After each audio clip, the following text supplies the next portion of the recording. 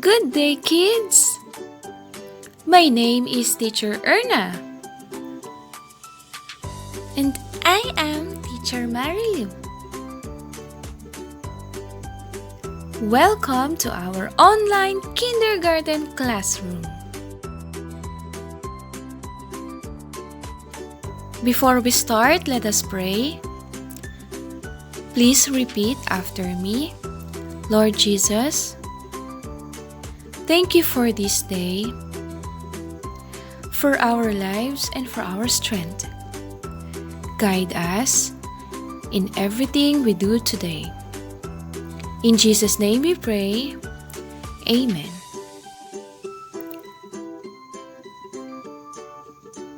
Kumusta mga bata? Nagtataka ba kayo kung bakit hindi muna tayo pwedeng pumasok sa paaralan? Mula nung dumating si COVID-19, ay hindi na tayo pwedeng pumasok sa paaralan dahil bawal muna tayong lumabas ng bahay. Kaya naman, pinapayuhan na tayo ay maghugas ng ating kamay. Siyempre, dapat din gumamit tayo ng alkohol. At kung tayo ay lalabas, magsusuot ng mask. At kailangan nating panatilihin ang ating distansya sa bawat isa. Kailangan din naman nating kumain ng masusustansyang pagkain, magkaroon ng sapat na tulog, at syempre, magkaroon ng ehersisyo kasama ang pamilya.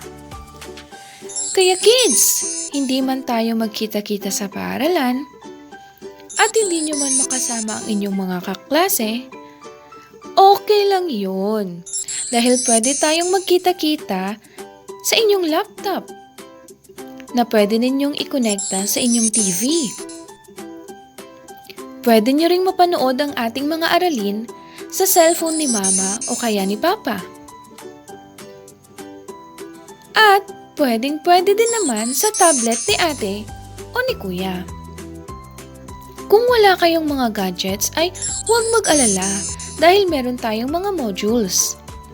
At syempre, kasama ng modules ang mga worksheets at ang inyong mga libro. At higit sa lahat, kasama niyo palagi si Mama o si Papa sa inyong pag-aaral sa inyong bahay. Kaya naman, huwag na kayong malungkot. Kumustahin natin ang bawat isa at awitin natin ang Hello, how do you do? Hello, hello, hello, how do you do? I'm glad to be with you, and you, and you, and you. Fa la la la la la la la la la la la. Fa la la la la la la la la la la. Hello, hello, hello, hello, how do you do? I'm glad to be with you, and you, and you, and you. Fa la la la la la la la la la la la. Fa la la la la la la la la la la. Good job! Now can you tell me what is the weather today? Is it sunny day, rainy day, cloudy day, or windy day?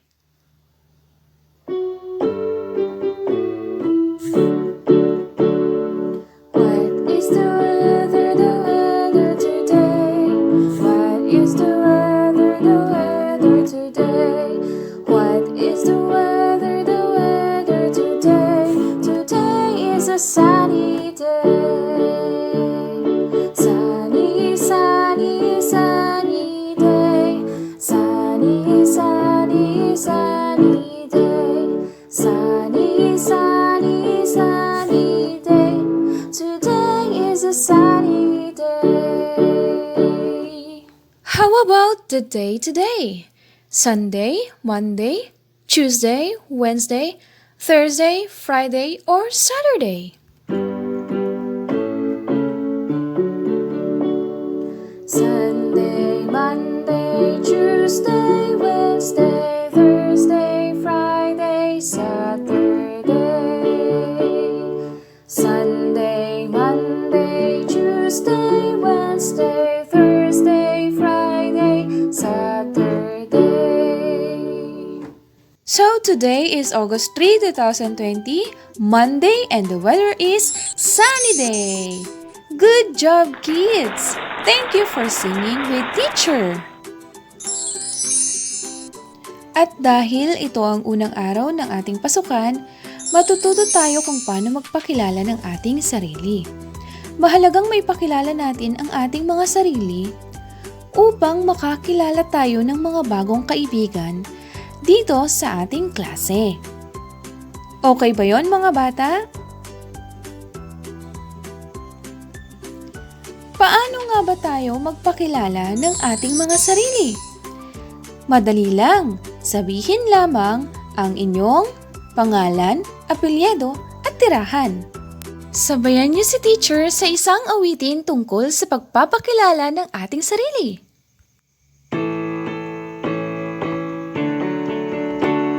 Ipakilala mo ang iyong sarili. Ipakilala mo ang iyong sarili.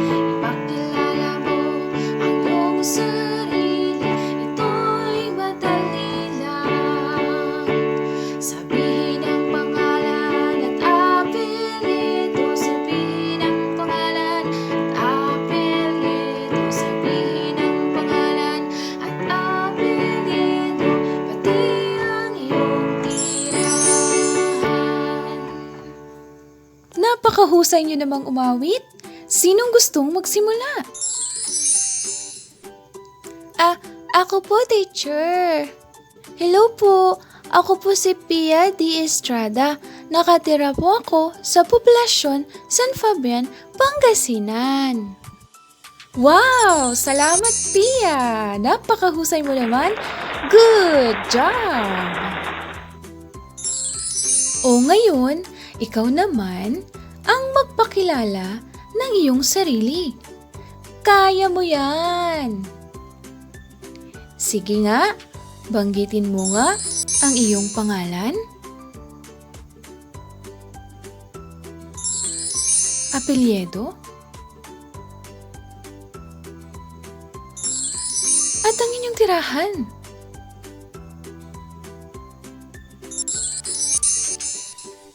Wow! Magaling! Meron tayong pagsasanay na dapat gawin. Sanayin ng paulit-ulit ang pagpapakilala ng sarili. Gawin mo ito sa harap ng mga magulang at kapatid upang mas lalo ka pang mahasa sa iyong pagsasalita. Alam kong kayang-kaya mong gawin yan. Ngayon naman ay subukan mong isulat ang iyong pangalan sa isang malinis na papel o di kaya naman sa iyong module. Isulat mo ang iyong pangalan sa tamang linya. Halimbawa, ay ganito. Isusulat ni teacher ang kanyang pangalan sa tamang linya. O di ba madali lang? Kayang-kaya mo yan. Pwede ka rin namang magpaturo sa iyong mga magulang. Thank you so much, kids! You did a good job! Bago tayo magtapos, ay awitin muna natin ang ating closing prayer.